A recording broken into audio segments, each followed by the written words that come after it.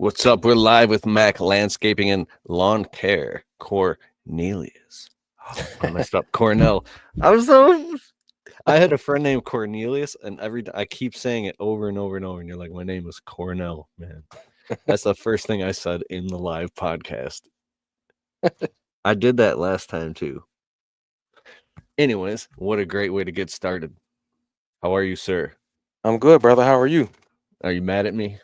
Nah. I don't get mad. I'm too old. All these gray hairs. I'll have too many more gray hairs if I get mad at people. So, we were on the phone last night, and I actually called you up, and I Mm-hmm. was asking you for a bit of life advice. And so, managing your energy, running a business, taking care of a family, and knowing that you have to keep moving forward and win in life. I love what you're doing. I love your mission. You're doing meetups in your city. Hundreds of people are showing up. You're going to be doing a meetup at the Equip Expo. You're making a huge name for yourself, and you're serving a lot of people. And one thing I notice about you that I love the most is your patience. For the second anybody meets you in person, it took me a few years to be able to quantify it, and I figured out last night. You have a sense of patience about you, and so it's amazing because now with this audience you're building isn't like a great word. It's like you're just serving people, right? And you're letting people into your life and into your business, and you're motivating a lot of people. Um, how are you doing all this, man? How are you doing all this at once? And what are your plans for 2025? I honestly I don't know how I do it all at once. It becomes a little overwhelming at times, but it's I always say it's not about me. It's about the people. So like because people watch, because people comment, because people DM or whatever the case may be, it makes it easier because I know people are looking for it. If that makes sense. So though it can be overwhelming, I know that some people like are looking for it. You know what I mean? Just like I was looking for it 9 years ago. So um that makes it easier to do. It makes it worth it. Like my wife is on board now because she's seen the impact that some of the stuff that we do has on people. So again, we're here to be of service to people. That's what God put us here for. To change it one person's life at a time. It doesn't have to be hundreds of people. It could just be that one person. But my plans for 2025 is to be more consistent with it, not just on, um, in my business, but also on social media. Because the business part, that's easy. Getting up in the morning to go cut grass or lay down yards of mulch or whatever, that's the easy part. It is a little more difficult when it comes to doing all of the things that I do. When it comes to throwing the meetups or going live every Monday and Wednesday night, doing YouTube videos, create Instagram and TikTok content, that type of stuff, becomes a little overwhelming. But at the end of the day, that's what we're here for, and it's been fun and it's been a cool journey. So 2025 is just be more consistent and get more stuff out there. I love it. One great thing about being consistent is you have all these opportunity overwhelm, and you have to start choosing, hey, some of the things that I used to say yes to or I would jump at, now I have to say no to these things. Can you talk about that? Yeah. At the end of the day, when it comes to doing things like whatever the case may, whatever it is, I have to have a passion for it. Otherwise, I can't talk about it the way that I need to. The things that makes it easy for me to talk are the things that I actually truly care about. And so for me, it's easier to say no to things because I know like maybe I don't use that thing or, talk to that person or I don't believe in it. So if I don't believe in it, it makes saying no easy because if I don't believe in it, the people will be able to see, you know, if that makes sense to you. So I have to truly believe in whatever it is. Maybe a brand reaches out or someone asks me to do something. And if I don't believe in it, then I can't talk about it. If I can't talk about it, then what's the point? Mhm. So I try What to only about do things that I'm passionate about. specific like landscaping jobs, like in pricing stuff that you would have said yes to before? Now you're saying no, and you're like, the price has to be this percentage or this much more. Where in the past, in our businesses, I remember in the beginning of my business, I was running around like a chicken with my head cut off, saying yes to everything. I was terrified to say no. And then the next year would come, and I'd grow courage and confidence, raise the price, and immediately started getting the customers would be bucking that. And I didn't understand how to not let my emotions take over. I'd get so frustrated and upset. And I'm learning more now that to be calm and strategic, educate the customer, explain why, and it's a little more risky, but you have to expand the top as you dissolve the bottom, and dissolve the bottom as you expand the top. What is the emotional side of maturity and patience and growth with things like that are you learning and discovering when it comes to the business? I think it's just like your actual age. So like this is now like my ninth year, and so whenever I was at the beginning, I just didn't know what I wanted to do, and I wanted to try and make everyone happy, just like in my actual real personal life. The older I get and the more gray hairs that come, it's like, oh, what do I actually want to do? And if again, like I said with the other stuff, if I don't find passion in it, then I don't want to do it, then I can't do it. And so I discovered that like it's not about what other people think. It's about what makes me happy and what do I feel comfortable with. Because if I feel comfortable with it, then I'm going to be happy while I'm doing it.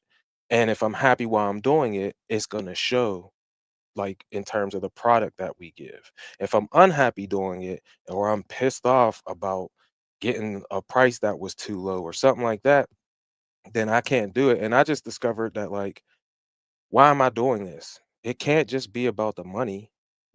Money's great, but it can't only be about that.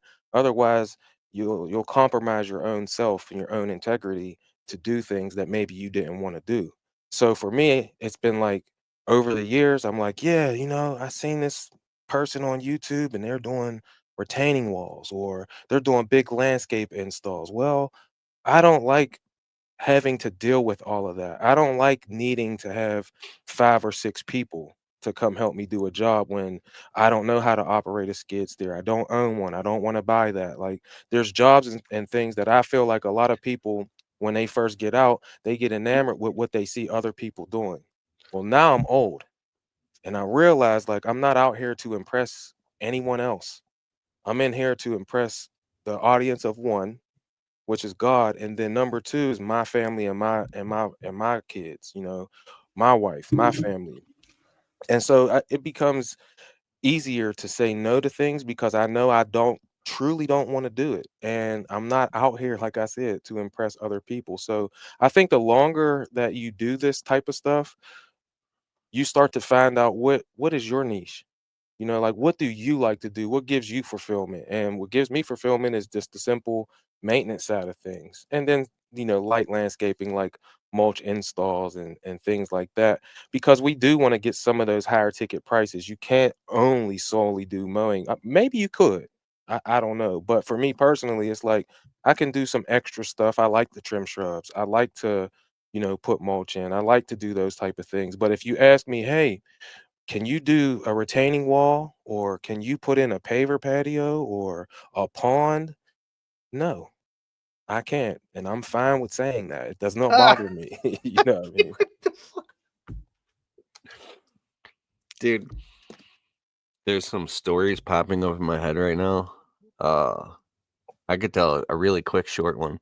We're doing this job, so we do primarily maintenance, ornamental tree trimming, shaping, thinning, pruning, sculpting, elevating, trimming shrubs, pulling weeds, edging out garden beds, doing decorative stone, landscape makeovers. We don't do construction or retaining walls, but we were doing a job for this client. I don't know if it was like 10 grand or something.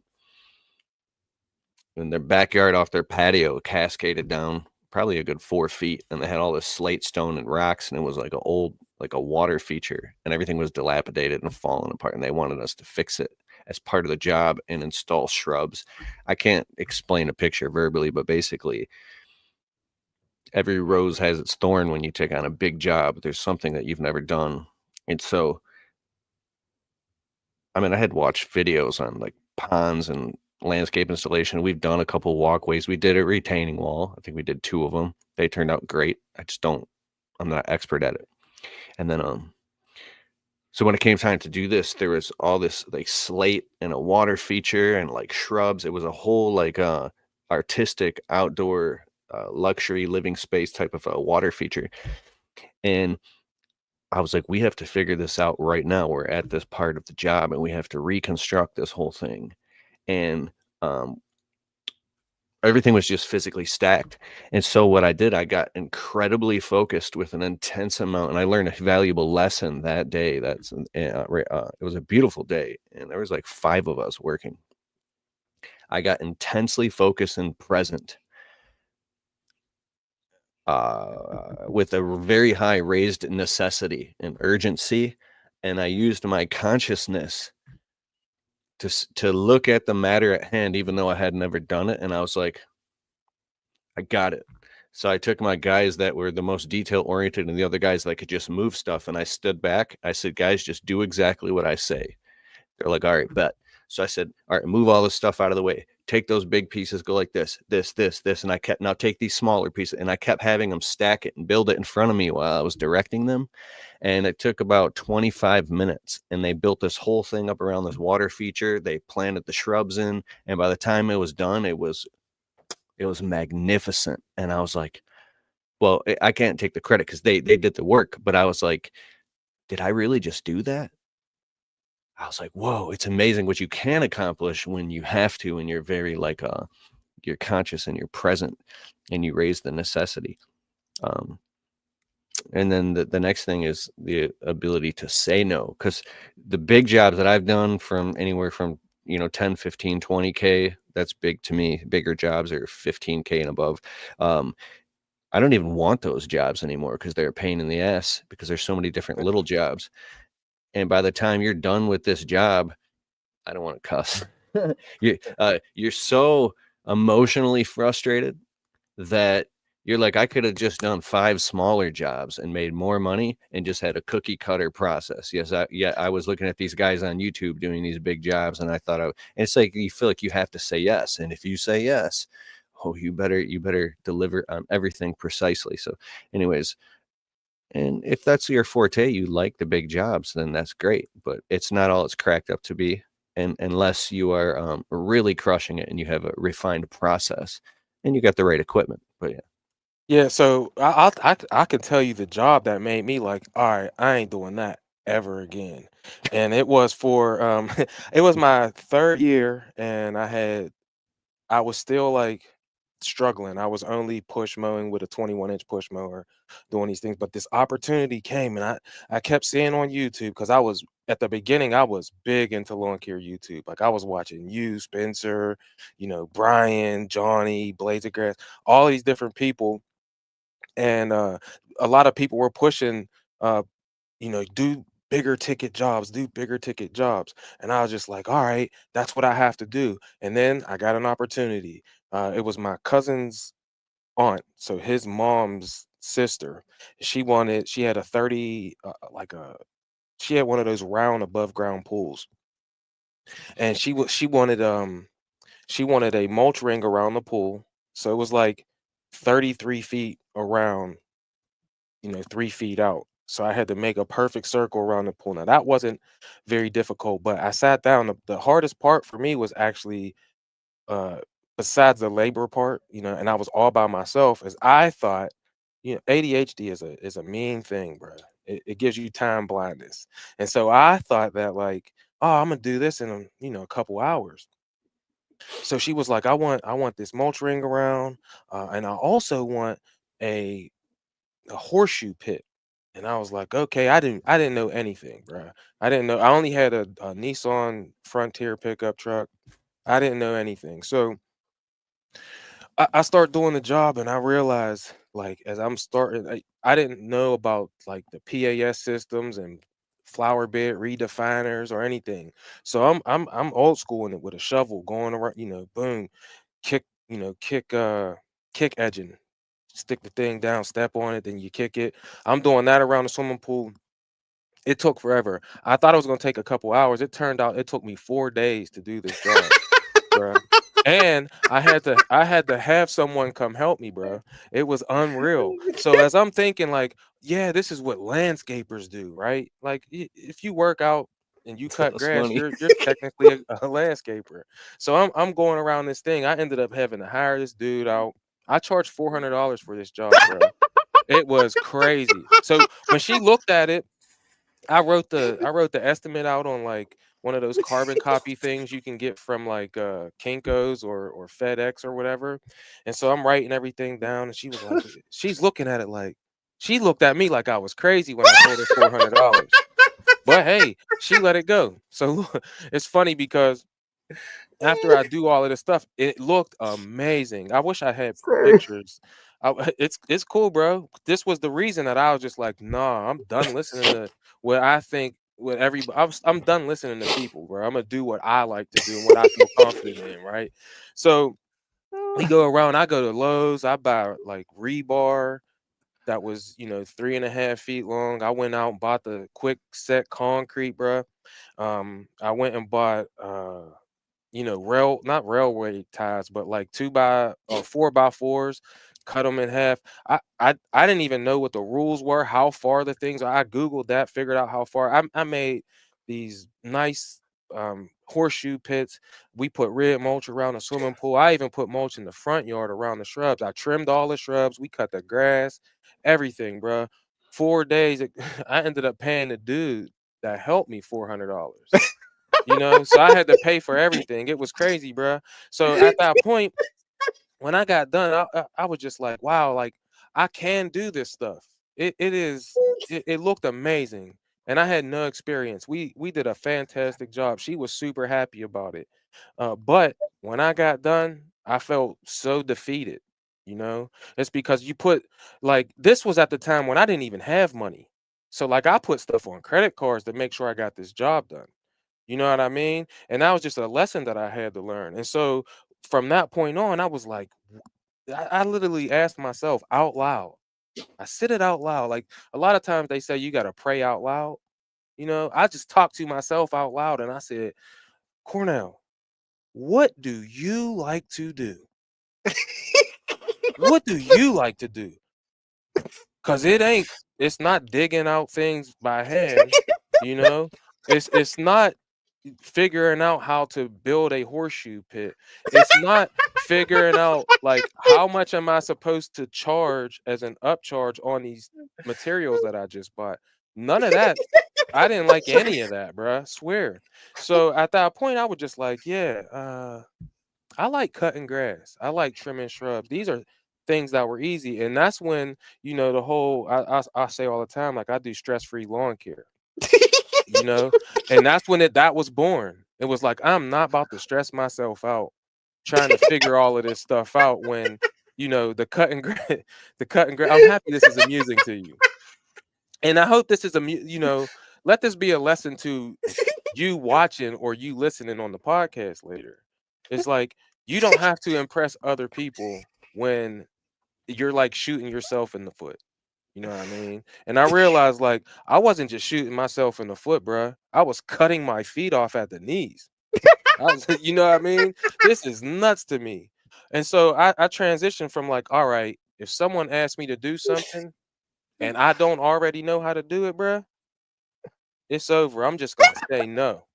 You know what I mean? So now I just say no to things, and that was a lesson that I had to learn. So if you're new, I know your thing is I'm sorry. the employee trap. It's cool. It's funny to me too, but I got to talk right now. You know what I'm saying? But at the end of the day, it taught me a real big lesson. It taught me a very big lesson that like All right. you got to do the thing Sorry. that Hey, it's like listen, for everybody who thinks I'm totally sober, you're verbalizing all the things that I'm traumatized from that I've been through, and you're talking and verbalizing it just dead serious, and it's cathartically making me laugh like it's it's healing me. And we just happen to be live right now. It's like if you run a landscape business over 5 years and you listen to what he's saying right now, you wow. Yes. I'm telling you, bruh. And so for the people who are brand new, you know, uh, you again, you could be enamored with the person you see, doing this crazy thing for Mm. $40,000, and you think you're brand new, you just started. You think that's the thing. And it's like, nah, bruh. Figure out what's going to make you some recurring revenue first. And then if those are some things that maybe you want to transition into later, do your due diligence and learn that stuff. I'm not saying don't watch those people and not to be enamored by the things that they do, because I see so many brilliant, creative people who are out here making brilliant masterpieces for people, right? And they're really good at what they do.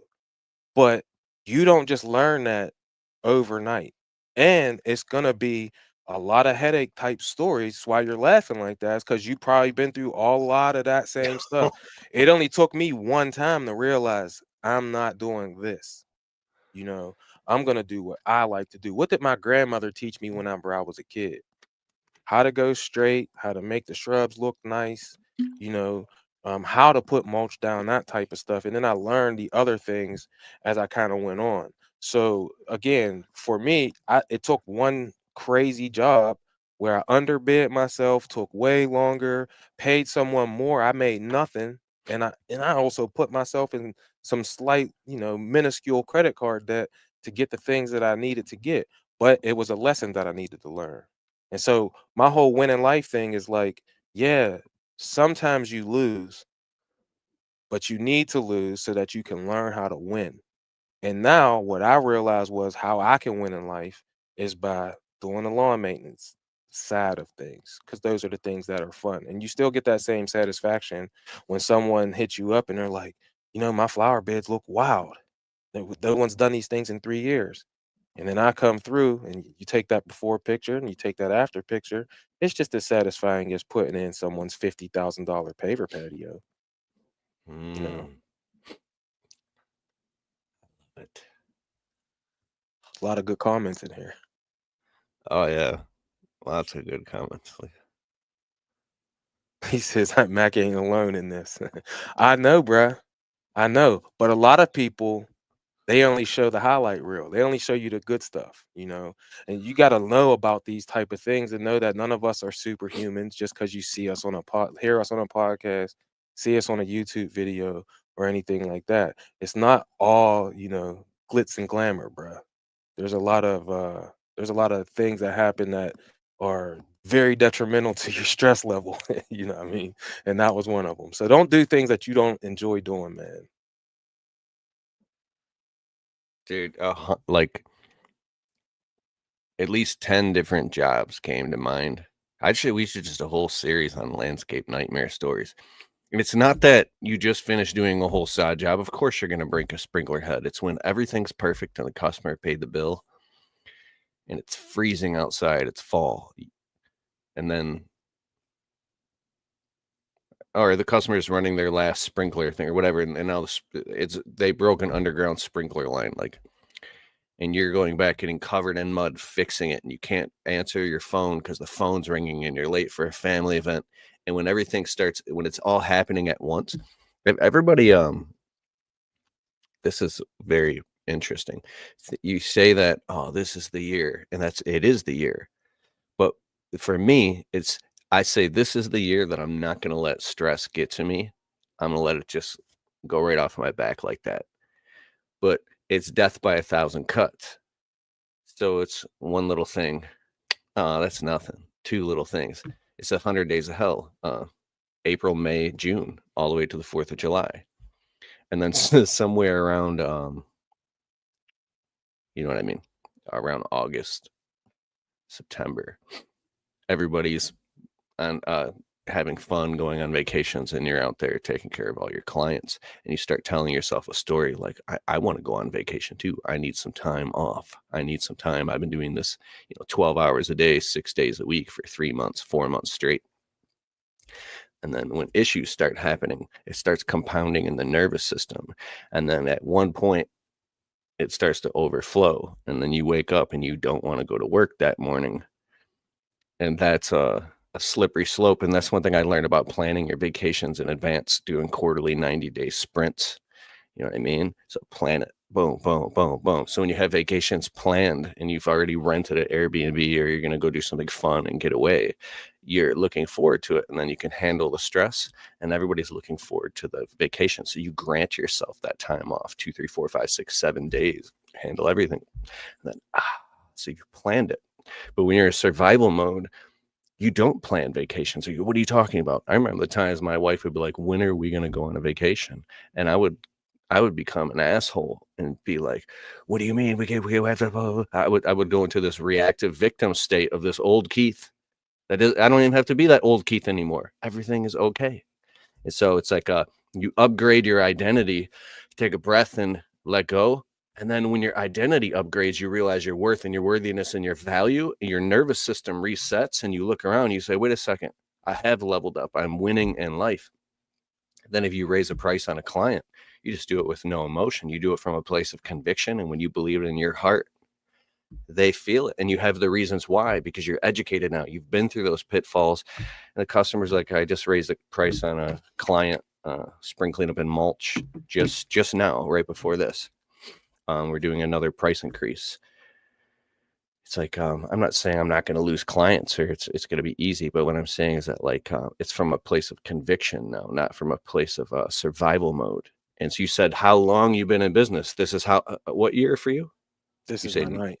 ninth year. Yeah. So the longer you're in the game is the more that it's like it becomes a matter of fact, you know. Yeah, so another thing that helped me was like when I heard that the rich and the wealthy people they go on a vacation every quarter. So every 3 months they go on a vacation. It's like a decompression type thing. And I thought to myself, well, maybe I can't do that now. But when you start to emulate success until it becomes success for you, so like I still don't go on a vacation every quarter, but we do make time. So like I hear a lot of times people say things like I can't go to Equip Expo, it's in the middle of leaf season, and I'm like, yeah, it's in the middle of leaf season for all of us, but I make it a priority because it's a reward for all of the things that we do all throughout the year. And that is a thing that I learned from watching rich people. If one day I would like to be rich, well, when do you start acting like that? You can't Mm. wait till you get rich to start acting rich because you're already rich. You just don't know it yet. And a lot of times, I said this to one of my friends one day. I was like, all of the people I've been watching just started before me. That's it. They just learned, and I might have said this to you before, Keith, when we just had a private conversation. And I was just like, I already know where I'm going because I already seen people who are there. And the only difference between them and me is they found out the information before I did. And one day I'm gonna figure it out. And when I do, everyone's gonna know. Everyone, not that they're gonna pay for what I didn't know, but like when I figure it out, like then I'm gonna actually will have arrived. You know what I mean? But until then, I'm just gonna not fake it till I make it, but I'm gonna emulate until I can actually create, if that makes sense. Like you can't you're not going to know everything when you first start. You're going to need life experiences, and we all have them. And we all want to get somewhere, and we all watch people because when I was younger, I thought that I wanted to be a basketball player because I loved basketball. I wanted to be like Mike because Mike could glide through the air. And now that I'm old, I realized it was never that. It was I wanted the things that he gave to me. He gave me an imagination to believe I could do that one day. And when I realized that, I was just like, things are changing now. I don't, yeah, I'm not a basketball player, but I can be me, the best me that I ever have been, you know? And the funny thing is this is like, now I'm doing what I'm doing, and people are DMing me, Mac, I want to do what you're doing. And I'm like, yeah, I mean, that's kind of cool to feel. But that's the feeling that you give someone else by just doing what you already naturally do. Michael Jordan wasn't out there promoting himself as the best basketball player. He was just being the best basketball player. And because he was just being him, I wanted to be like that. But again, like I said, it wasn't to be the best basketball player. It was really to have the impact on people that he had on me, and that's what you have done, Keith. I already told you, people all know, like, if it wasn't for a video that I seen that you made, no one would know who I am when it comes to this lawn care stuff, because I would still be working in a group home, pacing around every day, watching motivational videos, trying to be something that I always thought I was supposed to be. Meanwhile, it was always within me. You just need sometimes to see someone else doing something so it could spark whatever that thing is that is within you.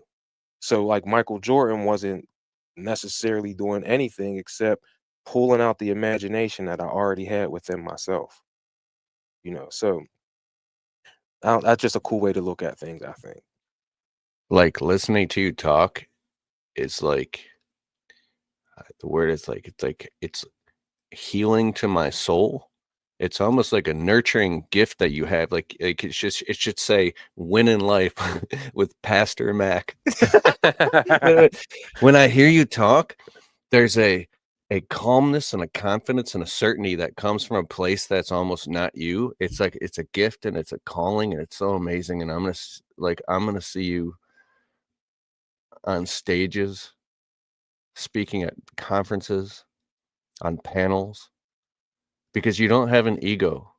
You just have you're an encourager is what you are.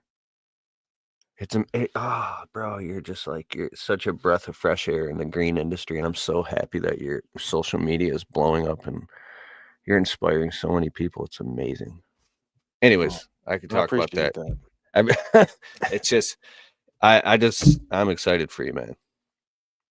Yeah, well, I mean, when you think about it, like, and this is for anyone who wants to do social media, is like, social media shouldn't be about you. And I learned this. I heard Stanley Genetic talk about it at LCR Summit in IDQuip Expo last year. He was showing, like, how on his Instagram he's not in any of the videos for the most part. He's showing Mhm. cool things to people because it's not really about him. It's about the people who are watching, seeing something. So I took that and I was like, yeah, I was already doing what he was saying naturally. Now, obviously, if you have a video podcast and you're the host, I'm going to be on it. But now that I'm doing shop tours with other people and I'm traveling around different areas showing how people have their stuff set up to inspire other people, I try to not be in the video. I might turn it to myself every now and then, but I'm not even on the thumbnails. It's the person who is there. So, like, when you create something, it's not, again, about me. I'm not the star of the show, right? But something about a video or something that maybe I say really pulls out what's inside that person that they feel about their own self. So if you're gonna be on social media, try and do that. And I'm not huge or anything like that. And maybe one day the channels will grow, but they'll only grow because of the feeling that a person who's watching or listening gets, not about me, but about them or you if you're the person watching. It's never going to be about me. It's never going to be about Keith. It is about what maybe we say that enhances something that was already deep within your own self, something you already felt about you. And now, because of something we said or something you've seen that we've done, you're like, I can do that too. Because Keith is just a guy in Michigan and I'm just a guy in Pittsburgh. We're not special, but you are. I hope that makes sense. Mm. Dude, you're speaking about something that some people don't learn in an entire lifetime.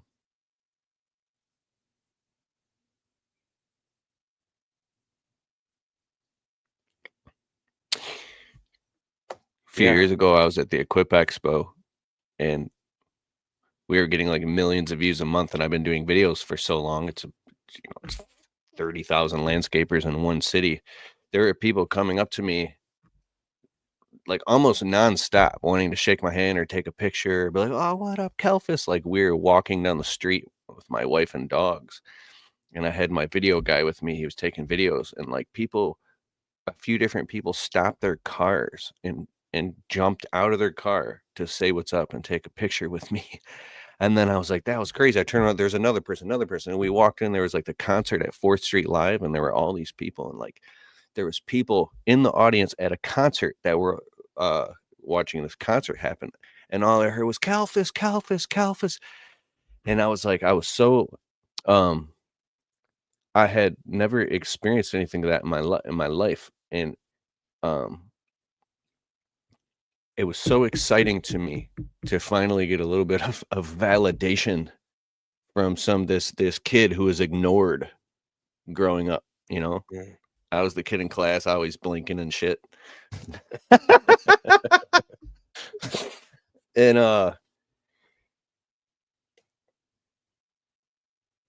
And, and we were making these comedy type videos too, and I was getting lost basically because I was having so much fun because I finally got to make the dope ass, funny, entertaining videos, and I started losing touch of what you're talking about. And my wife, oh, she's my saint. She said, "I watched a couple of your videos, and you're starting to get like you're making it all about you, you know." And dude, I've cried over videos, man. I've bawled my eyes out for editing videos. I've dropped on my face and prayed because I knew I've been up at 3, 4 in the morning outside making videos because I felt the Holy Spirit pulling me to go make a video. And I've gotten emails saying that, dude, somebody was gonna end themselves, do themselves in, and they watch my video, or I helped them start a business. So it's like it's really the real deal for real. But my wife looked at me. She's like, "You need to be in fucking redemption mode." And mm, I was like, "Oh," she's the closest person to me, right? And so what it was this guy, me, who wanted success so fucking bad for so long, and I didn't see any of it, and I was so frustrated for so many years. And it's like, what is it like when you first start getting money, or like you start getting these great clients, you start getting brand deals, you start getting money in the bank, people start recognizing you. It's like you feel like, and I'm saying this for everybody here, it's like you start going, "Hi, okay, my dreams are real. This is not some figment. I'm not crazy. I'm not a schizophrenic. This is not something that's in my head. It can actually happen for me for real. Like I'm not some cursed turd that that because you watch all these people on social media, and comparisons to thief of joy. But you watch these people on social media, and there's like all these people, success, success, success, success, success. Everybody is so successful except for me, except for me. And I used to freak. And so, dude, I became vindictive, man. So when you finally get the feeling of success, it's like then you come back full circle. And because what I said is like you're reaching something that people don't reach in a lifetime, some people, and then you come back full circle and you just do a reset, and now it's just all about serving, and you just want to serve people. So it's like Eben Pagan is an internet marketer that I follow for years. The guy's a brilliant. He wrote a book called Opportunity, and he said that every person should have like 2 to 3 years, a period, a window of complete selfishness where they're 100% like a monomaniacal focus, a tight bubble of total focus, just completely obsessed with their mission, or their calling, and their passion, and their vision to make it happen, because it takes pure obsession. And like, bro, I was up till 4 o'clock in the morning. I've uploaded 25 videos in the past 24 hours. I mean, I'm on fire right now, bro. I'm like, I'm in the batting cage, and all 6 of them are on, and I'm just hitting them out of the park. Pow, pow, pow, pow, pow, pow, pow, pow. That's how much ambition I have, and I have so much ambition it causes me suffering, bro. You should just start talking. I'm talking way too much, man. well, nah, bro. At the end of the day, it's like I think that you should be, right? Well, like when you're in your landscaping business, you should be selfish. You should want to get top dollar. You should want to do all of these things for yourself and for your family. But on social media, it can't just be about you. No one cares. Like pretty people there's some people that they just love what maybe you do or what other people do, so much that they are actually happy if you got a new truck or if you got a new lawnmower. But if that's the only thing you're showing, no one actually cares because they might not have those things, you know? And sometimes, especially at the beginning, if you came from having a job or you have been poor, like I've been poor my entire life, at the beginning, you're still living in that mindset where it's like that person has something and I don't. And it just highlights, it's like, I have a hard time talking to a lot of people now, not because they're not important people, but because their mindset hasn't changed yet. And they're still living in the old mindset of the mindset that I used to have, which is like not enough type stuff, right? But then once you start to get a little bit of winning under your belt, you realize that like the people who are actually winning, they don't even care. Like you could hate on them all you want, they do not care. A lot of people don't even read the comments. I don't get very much, and I think I've been blessed when it comes to that. I don't get very many hater type comments. But when they do come through, I'm like, thanks, man. I hope you have a wonderful day. It don't bother me at all. You can say whatever you want, right? Because at the end of the day, I know why I'm doing what I'm doing, and it's not for me. It's all having people DM and say, "Mac, you've done this for me," or "You inspired me to do this," or having people come up at Equip Expo still blows my mind. Or I just had a meetup that had 116 people at it from 7 different states.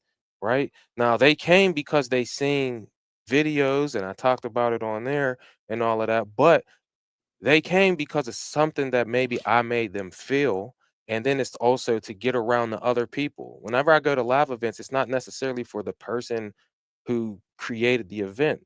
It's for the talking to the other people that are in the room. So like there's a time to be selfish, and that is in your own business, but social media isn't the place for that in my personal opinion.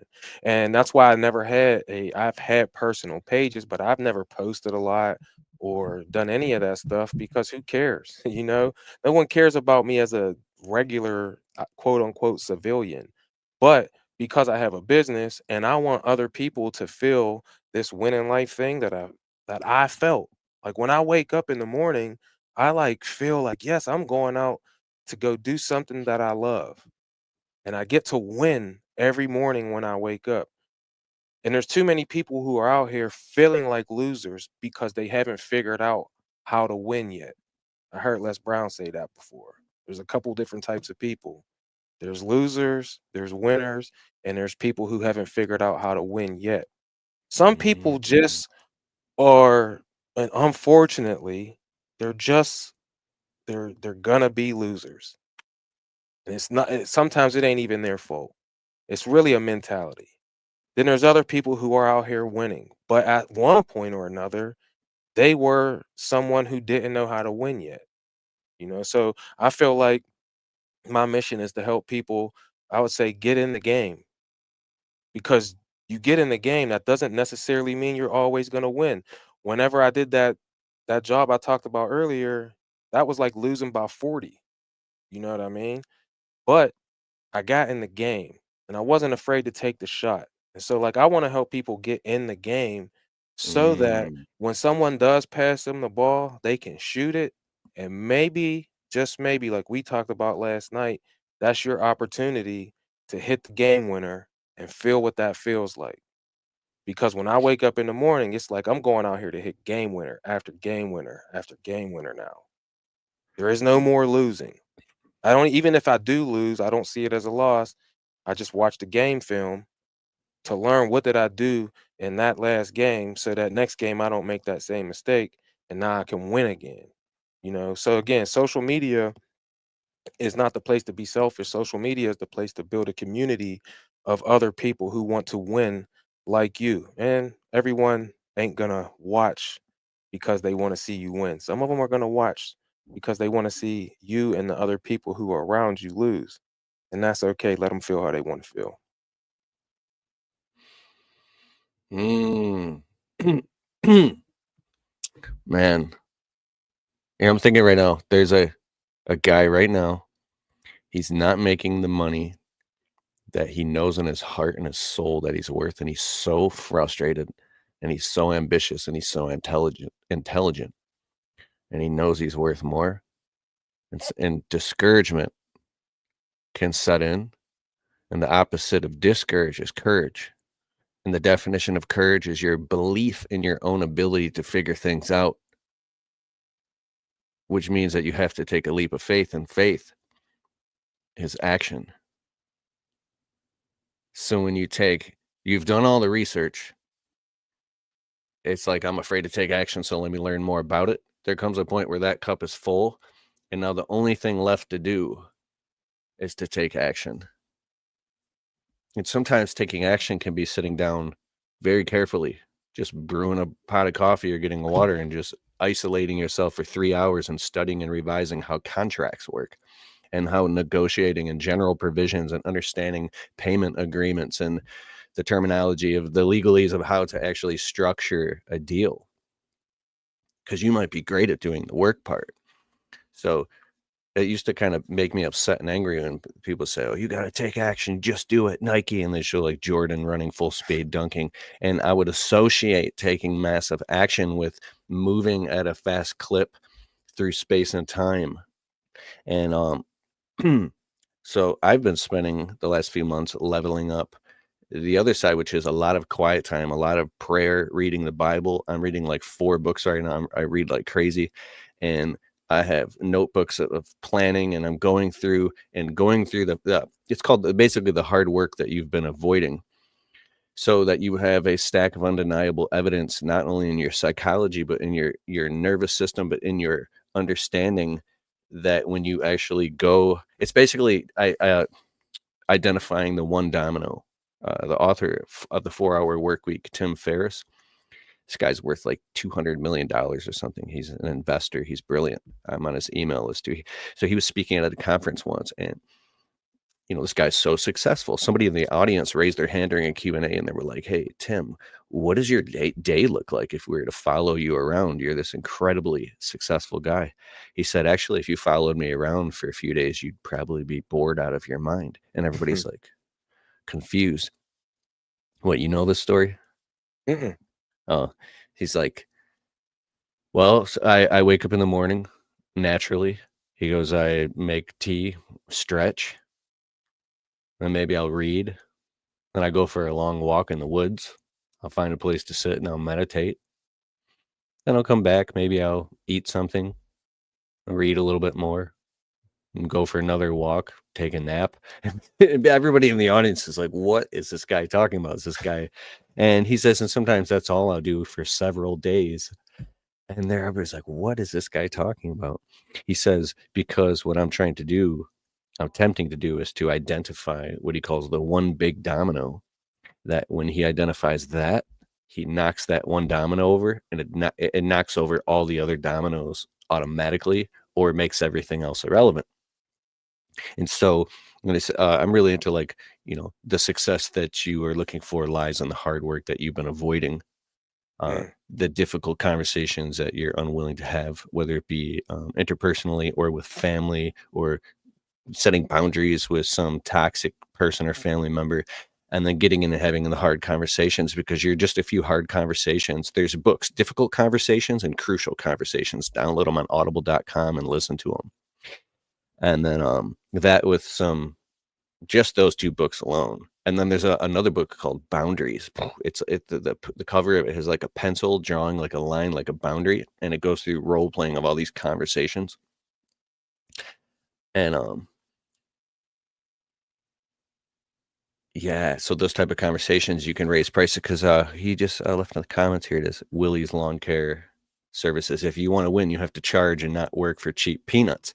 Well, the lowball trap is where you unconsciously somehow keep charging lower prices, and you can't help it, and you're stuck in this like cycle. So math is the path, and can get you. It's not a guaranteed thing, but it's like, so we just finished season 1 of our Entrepreneur Shop Tour series, where we traveled around the country and interviewed pretty much some of the biggest service industry owners in the service industry game, like Tommy Mello and Kurt Kempton and Brian Johnson and Troy Clogg and DJ Carroll, and we're going to launch season 2 now and travel in between the landscape season right now is happening. We're lining this up. It's going to be great. But so it was in Phoenix, Arizona a few months ago, and I'm driving with Kurt Kempton. We're going back to the airport after we just interviewed him, and Joshua Latimer's name always comes up. He said something profound to me, bro. Joshua Latimer's coached like a couple thousand business owners. The guy's a genius, right?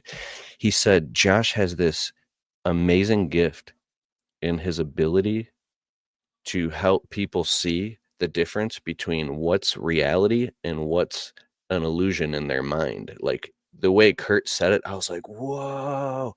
So you have these self-limiting beliefs and these illusions in your mind that make you feel like it's a boundary you can't cross through. Whether it could be like your business or pricing or difficult conversations.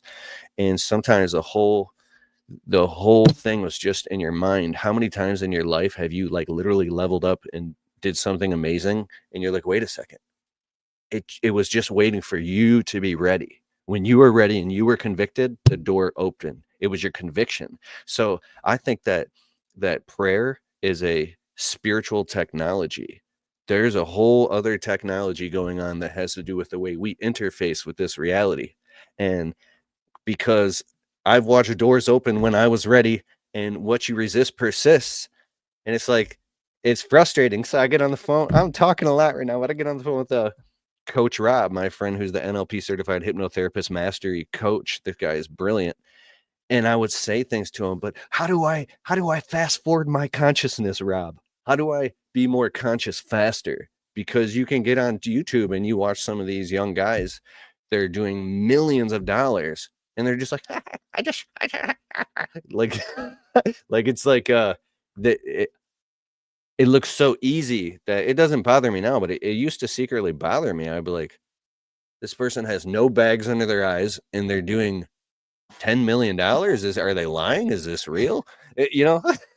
So there you go. That's my whole. Anytime I see someone young like that who just naturally gets it, it's more inspiring to me.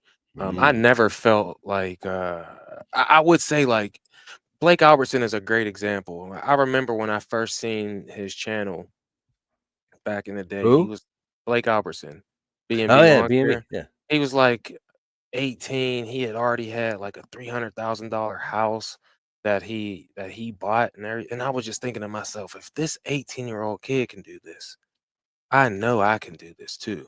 You know, it's like more inspiring to me. I hate when I see older dudes who I don't want to pass judgment on anyone, but like if you take your time out to talk about how someone who's young got an advantage from their parent or something, it's like, yeah, okay, maybe they did. Well, that's the parent I'm gonna be too. Like, you think I'm not gonna help my kids if they need help? If they want to start something new, I'm gonna be there, and they will get to stand on my shoulders. And because I didn't have that, it makes me like happy for that person that they did have that. Not angry that I didn't have it and they do have it, and somehow uh they're undeserving because they had two parents and I didn't. Like, nah, bruh. Like, I want to see everyone win. And the cool thing is, like, if you didn't have that, it makes your story even better. I seen a guy one day, he says you can make $1 million off telling your story because it makes you more relatable. There's a lot of people who don't have things. And instead of being a hater, I say be a congratulator. Be happy for that person, man. Like it because happiness and being excited for other people who are winning eventually will come back to you because it's like the red car theory. If you want a red car, you see nothing but red cars. I wanted a red Dodge Ram for a minute, bro, and I was driving around. Now I'm seeing them everywhere, right? So I just decided, oh, I want to win too. And instead of being pissed off at this person who maybe had some help for whatever reason, maybe their parent knew someone in the military and they get military contracts where I'm gonna be mad about that. No, it don't affect me in the slightest that they got that. It does show me though that there's those type of things out there. I didn't even know about military contracts. And I'm just using that as an example, But I was like, all right, cool. If this person can do that, I can do it too. I'm gonna start looking for the wins. rather than being so worried about what I didn't have and why I didn't have it. Who gives a damn? Nobody. No, and when you talk about that stuff so much, misery loves company. That's the people that you're gonna attract. And I ain't around too many negative people anymore, bro, because I'm so When happy. is your book coming out, man? And my wife keeps saying you need to write a book. I'm like, "Yeah, I don't know what even to write it about." It's funny. A lot of times this stuff just it, it might be something that was just all the way back in the mental Rolodex, and I forgot it was there. And then we start talking about something, and it brings that back out. I can't just sit there and just think of, I say there's this rapper, his name is Harry Mack. And he got the same last name as me. He is unreal. So what he does is he asks people there's I guess a website called Omegle or something where you can just click and pass people on, and but you talk to people live like we're doing right now. So he'll say, Keith, give me three, you know, difficult words or something, and you might say, win in life, lawn care, and landscaping. And then he'll start a freestyle and literally from the top of the dome just can make a brand new song that he's never said before anything, and it's all new. And look him up, man. He's unbelievable. He has millions of followers on all of the different platforms. But he's been practicing rapping for over 20 years. So he has all these different ways to do things. And it's the same thing that I do now. It's like I got all these stories for the 41 years that I've been on this earth. And sometimes it just takes someone saying a comment or saying a phrase, or they tell a story, and then it brings me to like, oh, it's why you were laughing so much, because what I was saying earlier was like, oh, I got a story for that, I got a story for this, this happened to me, that happened to me, so it's the same thing when it comes to these type of things. And then the more that you can figure out a way to articulate yourself well enough so that people can actually understand the words you're saying. You can put it in a chronological order, maybe, so that people can understand. And then that brings something into them, you know what I mean? And then now they can do whatever they need to do with whatever it is that they resonated from the thing that you said. But again, it doesn't happen without us having these type of conversations. You know what I'm saying? So Yes. it's a cool thing. Let me step out real quick. Take over, Keith. Answer a question or two. I gotta use the restroom real quick, bro. I'm sorry. I drank like 5 cups of coffee before we got on here. ADHD just is what it is. I'll be right back in 2 seconds. Cool. Yeah, yeah. What's up, everybody? So, TK Kirkland. Yeah, Cornell. Ray's Lawn and Landscape. What's up? I'm glad you're on here. Life is a daily grind. If you ain't learning, then spending. One or the other must take place to grow. Ghosty Ghost. What's up? Ray's. We got Raymond Hernandez, Willie's Lawn Care Services, Bubba K Official. Go back to the top. Erica Crouppen, Bill Hall, Volkswagen Planet, Somerville Landscaping, Hendricks Mowing LLC, Dennis Fournier,